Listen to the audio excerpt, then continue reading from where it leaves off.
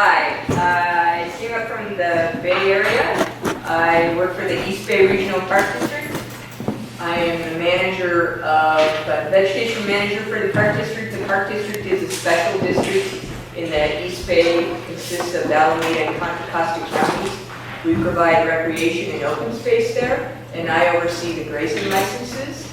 So those of you that come from the ag industry or are interested in land management, you might want to talk to me. I have 40 licensees. The primary way that we manage the grasslands in the Park District is with grazing animals.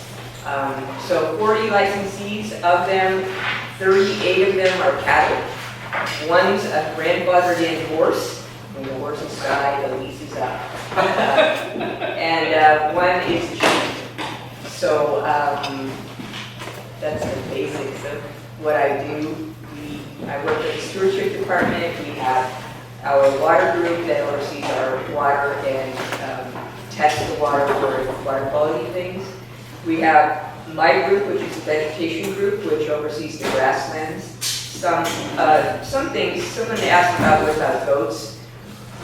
We use goats. The difference between the livestock, in the livestock groups is goats for the most part are being paid.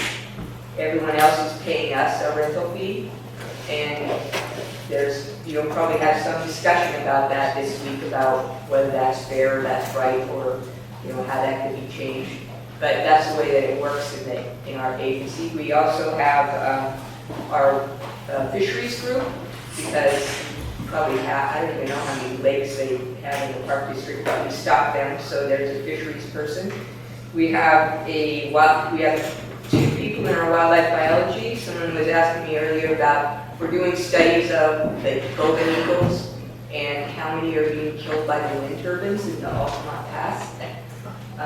Some discussion about it's sort of a population sink, meaning that the number, we probably have the second largest population of eagles in California, beyond those that are in Northern California that live there, but they're more being killed by the wind turbines right now than are actually being able to continue their population. So we do a lot of studies about that, because some of those wind turbines are actually on Park District land.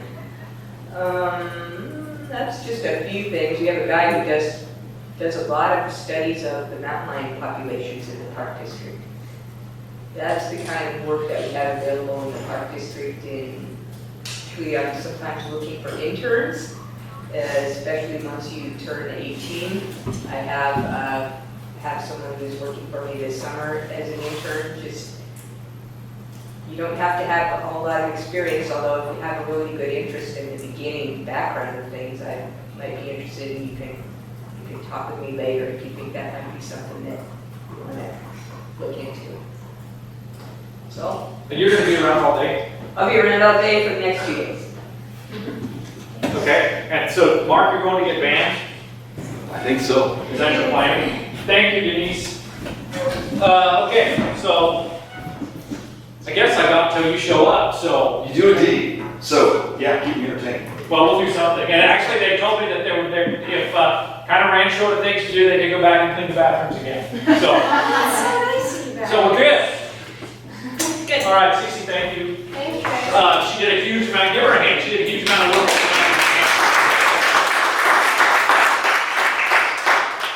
Okay. So, I don't know what we're gonna do here. I'll try to keep it more or less entertained while they're playing that. You're already on, that's not gonna work for me. That'd be you. You don't have to focus. So, my name's Larry Forero. I work for the University of California Cooperative Extension. Today is June 23rd, 2015. I appreciate the opportunity to come speak with you today. I think I've been coming to Range Camp since 1990, and I've given various talks and participated in various ways. And except for once, there was one year in 1999 I wasn't able to come. I had some personal business to take care of. But I really enjoyed coming. And I really enjoyed coming the last 5 or 6 years because Marty's the cook. So make sure you tell him thank you, because we could be box cereal and for breakfast, bologna sandwiches on white bread for lunch, and hot dogs for dinner. So he's just been awesome. I really appreciated having him. He makes food fun. I put this slide in because I always want to remember who pays me.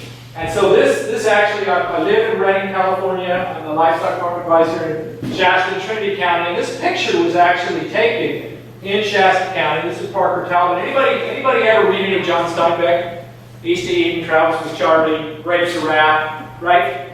This is his sister. She was the first home economics advisor we had in Shasta County. And I've always liked this picture because it's interesting to me, you know, where management of labor was, at least in 1917. So who knows what cooperative extension is? Any ideas? Anybody ever participate in 4-H? Okay, 4-H is a cooperative extension program. And so cooperative extension is funded 3 ways.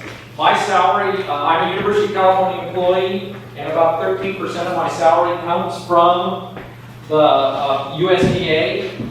87% comes from University of California, and the support for our program locally comes from the county. And usually I'll say, oh, they'll pick up in the parking lot, but that one happens to be mine today. The computer, the secretary that answers the phone, the office, my work pickup that's sitting in Redding, all that's provided by the county. And the framers of California Cooperative Extension were really smart in how they organized extension in California, because including that county component assures that my work is relevant locally. So, my educational background, well, I guess I'll give you a quick thumbnail sketch of who I am. I was born and raised in Trinity County. Can anybody find that on a map, Trinity County? Yeah? You can find Trinity County? How come? Because we live closer. Where do you live? Orland. Orland, okay. So you guys you wrapped up fair about 3 weeks ago. Yeah?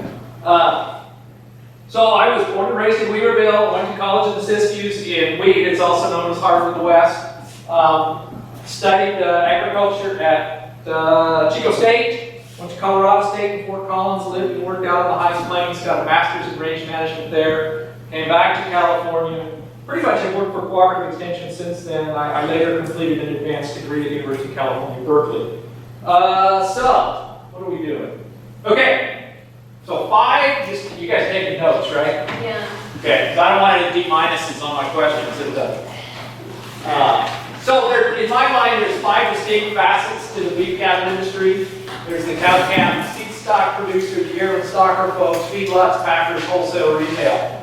So on the cow-calf side, a rancher will maintain a group of brood cows or mother cows. And the product that's sold from that particular ranch is the calf crop. So those cows are kept, they're bred, the cows calve, they raise those calves on the cow until they're somewhere between 5 and 7 months of age, weighing 500 to 600, 700 pounds. And then those calves are sold and those cows are maintained, those cows are kept. So the product that cow producers sell is calves. And they'll be weaned calves. We'll come back and talk about the seed stock producer in a second. So those weaned calves are typically sold to a yearling or stocker operator. And so those weaned calves are going to be turned back to grass. Again, they're weighing 600 pounds. When they go to grass, they're going to come off of grass, probably depending, and we'll talk about this a little more. 6 months later, 5 or 6 months later, they'll be weighing 800 to 900 pounds. So once those cattle come off the grass weighing 800 to 900 pounds, and sometimes in the East Bay 1,000, they'll be sold to a feedlot operator. Anybody ever been up and down I-5 around Coalinga? What do you see? See Harris Ranch Feedlot, right? Okay. So that would be an example of a feedlot operator taking these cattle off the grass, going into a feedlot. They're going to be fed concentrates for about 120 days. And they're going to be sold or processed at a packing house weighing 12 to 1,400 pounds.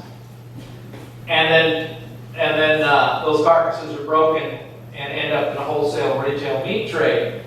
So from birth in our country, from birth to showing up at the retail counter, somewhere between 18 and 24 months of age. Does that make sense? Okay.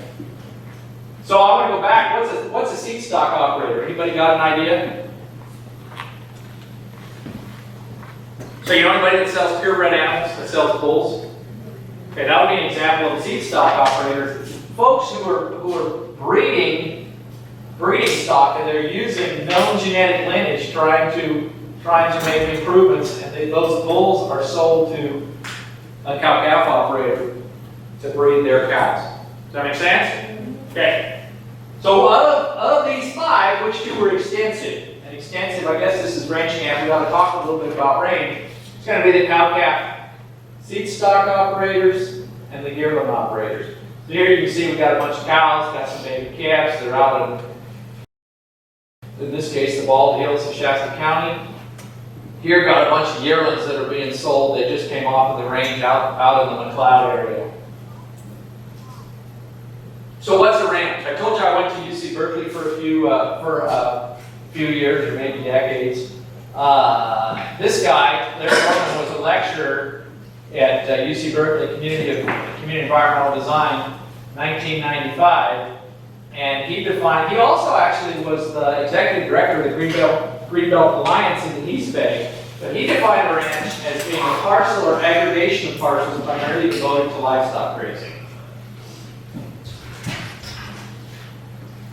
One thing I think is really important, and I gave pieces of this talk at the International Society for Range Management meeting last February. One thing's really important is thinking about livestock operations in terms of the current ranching norm. And just the 2 examples I gave in February were Hat Creek Grown, which is in Shasta County in the Hat Creek area. They operate on several private winter pasture leases, several private summer pasture leases. They've got Forest Service grazing allotments and a pretty small deeded holding. Another one located in the East Bay is OD Livestock. They've got several private leases, several East Bay Regional Park grazing licenses. Denise, wherever I guess she went to go get a van. She manages these licenses for East Bay Regional Park, as she mentioned, and a pretty small deeded holding. So when you look at these 2 examples, and this is the way most every commercial operation that I work with maybe a couple of exceptions, this is the way they operate. What do you see? What kind of jumps out at you? Yes? Different seasons. They're going to use different seasons. In the case of these folks, and I should have put a map in of their deal, they might move cattle 150 miles from winter range to summer range, and they'll use trucks. These folks probably operate within a 30-mile radius, but they're not operating on a single parcel. So it requires a high degree of mobility. You got to have a pickup, you got to have a horse trailer, several sets of corrals. So the old archetypal thought of a ranch in my mind is, you got this one place and everything occurs. And I think the norm today is got lots of places and you just keep moving. And you're busy all the time on different places. So we're going to take a minute and talk about this. This is, I think, a pretty important concept. So how many of you kind of remember the fire triangle from the 3rd grade? Yeah. You got to have fuel, you got to have oxygen, you got to have ignition, right? You got to have all 3 legs of that triangle. Well, I took that and I put that in terms of at least how I look at ranching operations. There's 3 legs to that equilateral triangle. There's the feed and forage, there's the animal, and there's the dollar or the finance side. And anything you do to any one of those legs of that equilateral triangle is going to affect another, right? So what happens if you're sitting in the coffee shop and somebody convinces you, well, really what you're going to do is you want to increase your weaning weights, so you need to use a large frame, heavier muscle bull to breed your cows. What's that going to do? So you buy the bull, you breed your cows, what's that going to do? Yes? You're going to need to eat more. Going to need to eat more, so it's going to affect the feed and the forage side, right? What else is it going to do? Yes? You're going to have to spend more money to feed them. Going to spend more money to feed them, yeah. What else is it going to do?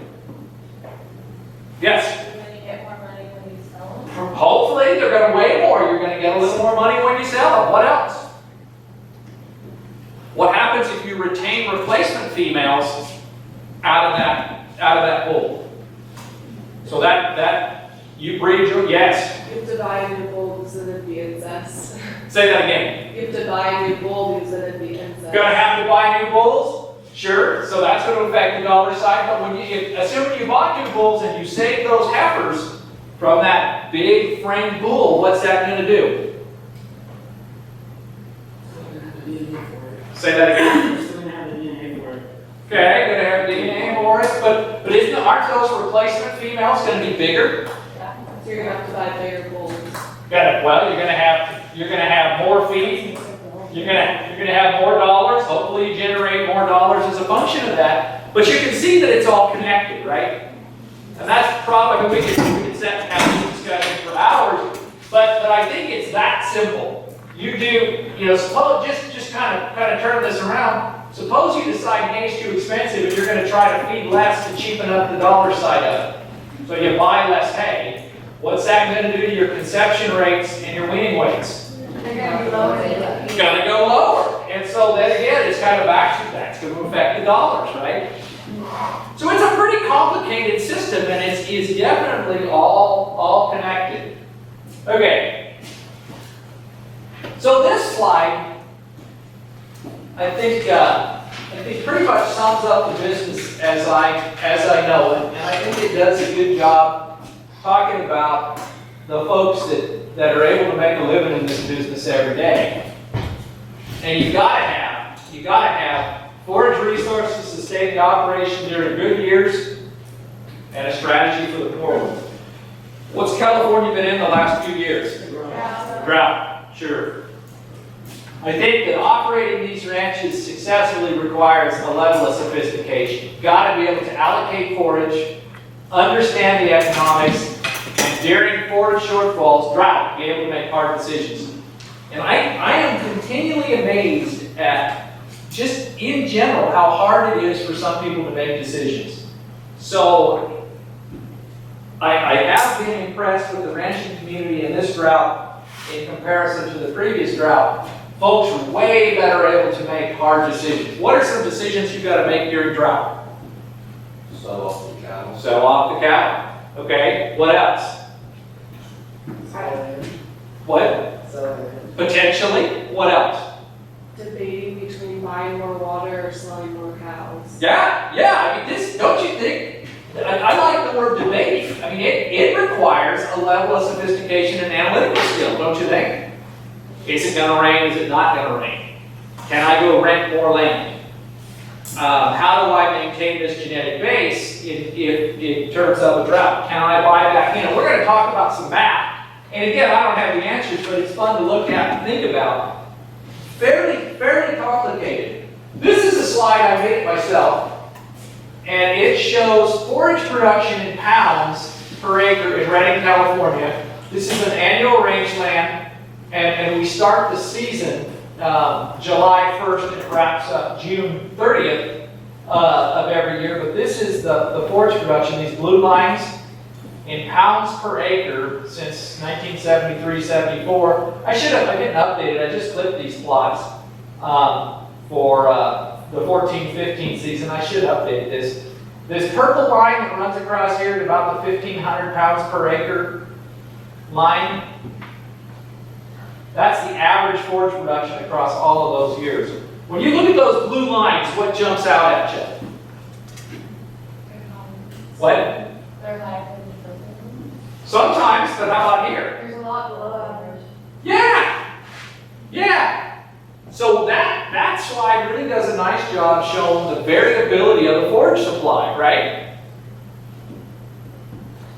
So we typically, in annual rangeland, will typically expect a little bit of growth in the fall, maybe October. And then we don't get much growth when it turns cold, right? We don't grow much grass in December and January. In February, you're starting to maybe think it's going to be spring, hoping it's raining.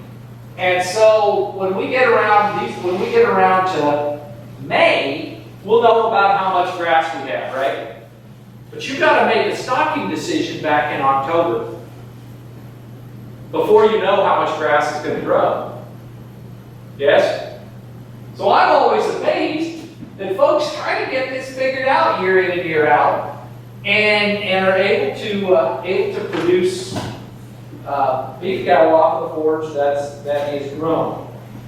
So the take-home message from this slide is there's variability in how much grass is going to grow. This slide, one of my colleagues, Glenn Nader, told me this is the worst slide he's ever seen in his life. And that's one of the reasons I use it. Annual grassland, who knows what annual grassland is? Have you had any discussion about that? Yes, what is Is it? that where it has its life cycle in 1 year? Annual plant has its life cycle in 1 year, absolutely. And so when we talk about California in general, the valley and some of the coast below 2,000 feet in elevation, what color are the hills in March? What color are the hills in July? Yellow. Golden is what we like to say. Gold, the gold state. Sure. So which of those forages is more nutritious? Green is going to be in July. Those grasses are all dead, right? They've reseeded. So that's the annual grassland in California.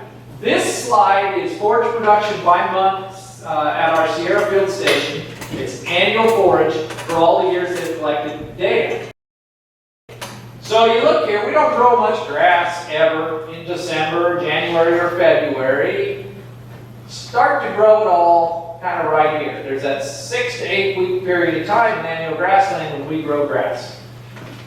So pretty much in the annual grassland, our entire, probably 90% of our forage crop is produced during that 6 to 8 month period in the spring. So I think that's fairly important to have in the back of your mind if you're running a livestock operation on annual grasslands. Supposed to change slides. So this slide shows on an East Bay Regional Park District grazing license, this shows how much forage was harvested between the 04-05 grazing season and the 13-14 grazing season. So in 04-05, there was about 950 animal unit months of forage harvested, about 1,600 in 05-06, 1,500 in 06-07. So you get the picture. So this is how many animals were actually put out and grazed. It's not exactly that. It's how many animal unit months of forage. Who knows what an animal unit month of forage is? I don't, I was. Okay. So an animal unit month of forage is what we use as a currency to allocate forage. And so it's the amount of grass that a cow and a calf is going to eat in a month. So if you see, we'll find an easy one. Let's make this one 1,000. Let's just pretend like that bar is 1,000 in 04-05. 1,000 AUMs of forage is enough forage for 100 cows for 10 months. Right? 100 cows and their calves. Or, in the case of, if we were to run, if I use a half of an AUM as an equivalent for a weaned calf turned back to grass, that would be enough to run about 200 of those calves for 10 months, okay? And so it's a handy way to look at how many animals did you have out there harvesting how much forage. So here we had 1,600 AUMs harvested. Here we had 175. Why do you suppose in 13-14 we were able to graze fewer animals? There was no grass, right?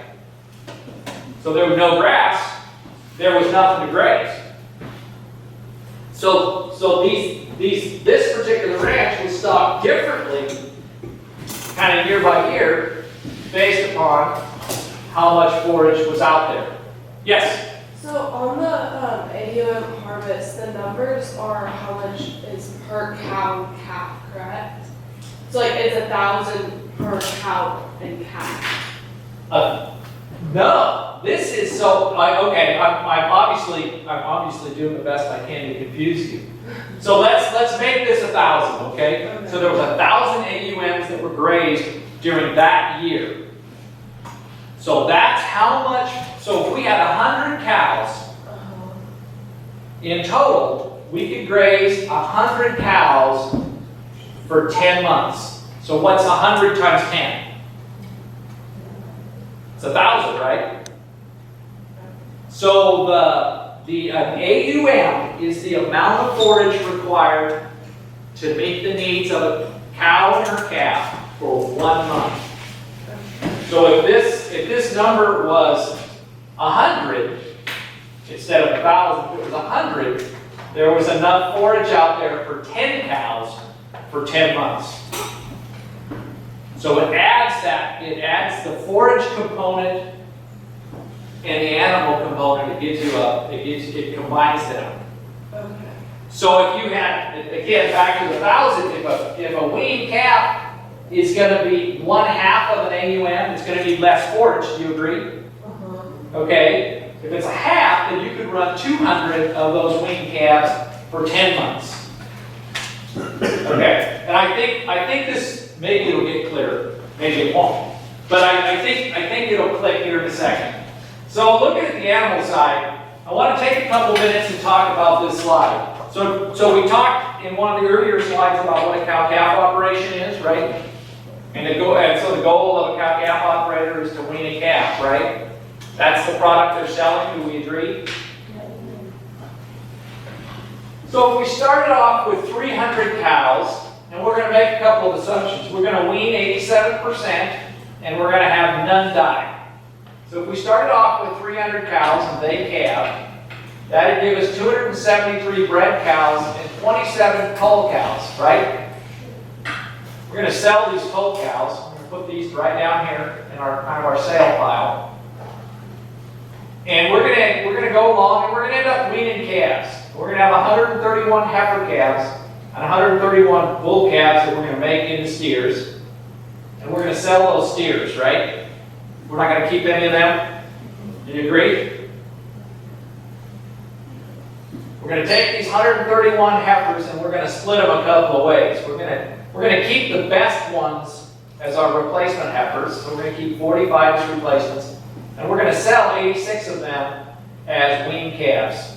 And so they come down here and join their steer cohorts. And we're going to have 217 calves to sell, of which 131 are steers and 86 are heifers. Does that make sense so far? And they're going to be 5 to 7 months of age, weighing 600 pounds or so. We're going to take these 45 head of replacement heifers, and we're going to breed them. And we're going to end up with some of them that don't breed or don't work out for us. And those are going to be 15 heifers that we're going to sell as yearlings. And that's going to leave us with 30 bred heifers. It's going to go back up here into the cow group. Does that make sense? What happens if we don't save any heifers? You don't have enough to go back. What? Then you're selling 45 heifers. Okay, what did you say? Your cow herd will go down. Eventually you run out of cows, right? Okay, so we did that. So we're going to have some bulls. And I said, oh, we're going to have 12 herd bulls and a couple of heifer bulls. And we're going to sell probably 4 or 5 of those bulls every year. And we're going to have to replace them. You go to count mouths, though, and it's pretty amazing. At one point, you could have 300 bred cows, 262 calves, 45 yearling heifers, and 14 bulls. So you might have 621 mouths to worry about. Can you see that there's a couple of different management groups up there? What are they? You're shaking your head. I'm gonna take a while. That's good. Keep guessing. Like wean calves, is that one? Yeah, you could have weaned calves. Could be one group. What else? Then the replacement females? Sure. Why would you need to treat the replacement females differently? Because if they're your replacement, would you not want them to be like in bad condition, I guess? Good. What do you think? They're going to be first calf heifers, so it's less likely for them to be bred back. Sure. So you're going to need to be. So there's another management group, and there's probably 2 more management groups. What are they? You got the bulls, right? And then you're going to have these bred cows. You're probably going to manage a little bit differently because they're mature. So I agree. There could be 4 or 5 different groups up there that are going to be managed differently.